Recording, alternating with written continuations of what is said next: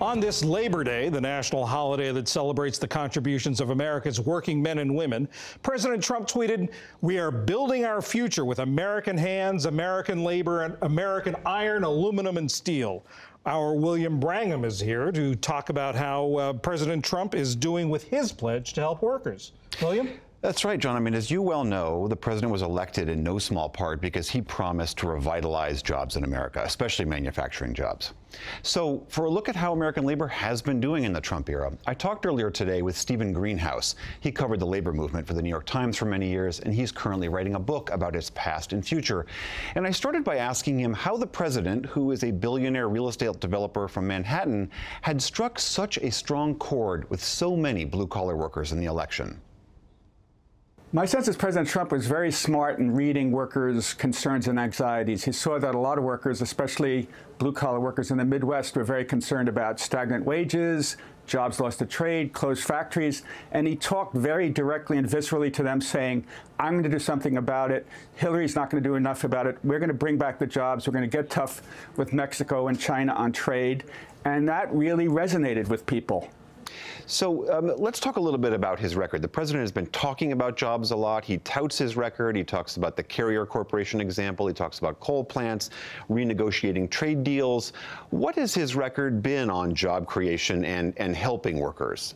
It's unclear to me that he's done much concretely to bring back jobs, except he's been reducing regulations, and I think that has encouraged many companies. We have seen over the past few months an increase in manufacturing jobs, and economists are wondering, why this big increase. Manufacturing jobs were increasing in Obama's last year.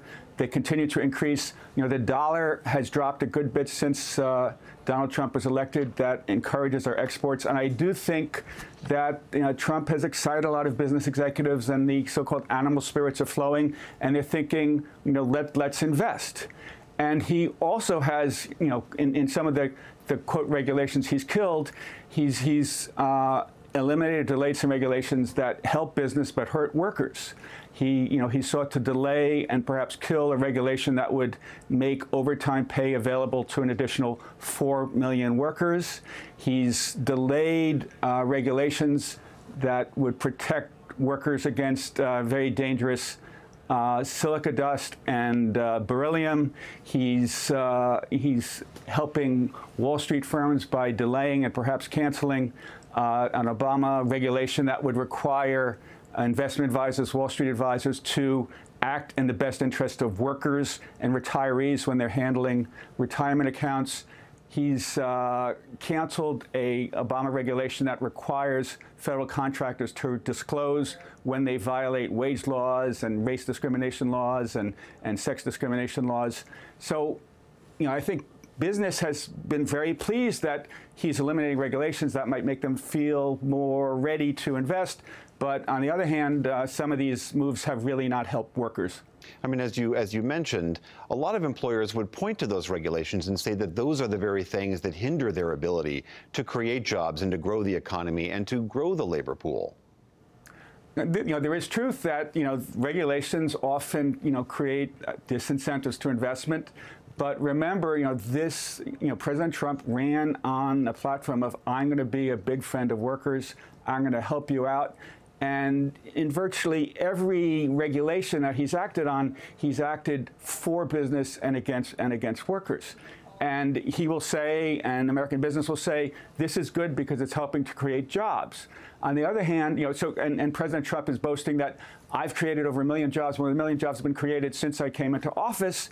But President Obama's fans, economists will say, but actually the rate of job growth has been slightly slower under Trump, about 170,000 a month since January, than it was in Obama's last 6 months. Now, it's possible with all these regulations removed that job growth will increase in the next 6 months, a year, but we will see what happens. There is a fair amount of polling out there, including a recent poll by Gallup, that indicates that workers, middle-class workers, feel that they're doing better. They are comfortable about the jobs that are available. They don't think they're going to be outsourced. They argue that they're doing better. Do you think that that optimism is real, and that should President Trump get some credit for that?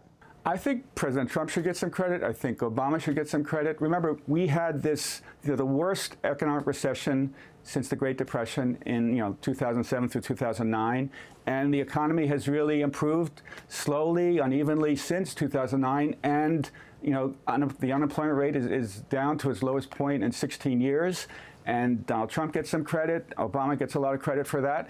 And it's understandable that workers are feeling pretty good because with unemployment so low, finally, they're thinking they have steady jobs. Wages are finally starting to increase, still way too slowly.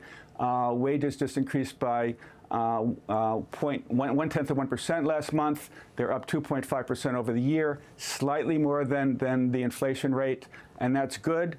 But again, economists are wondering, with the unemployment rate so low, why aren't wages going up more? When all these employers are saying, I'm having a hard time finding people to fill jobs, why aren't they paying more? Why aren't wages going up more? All right, Stephen Greenhouse, chronicler of the labor movement. Thank you so much. Nice to be here.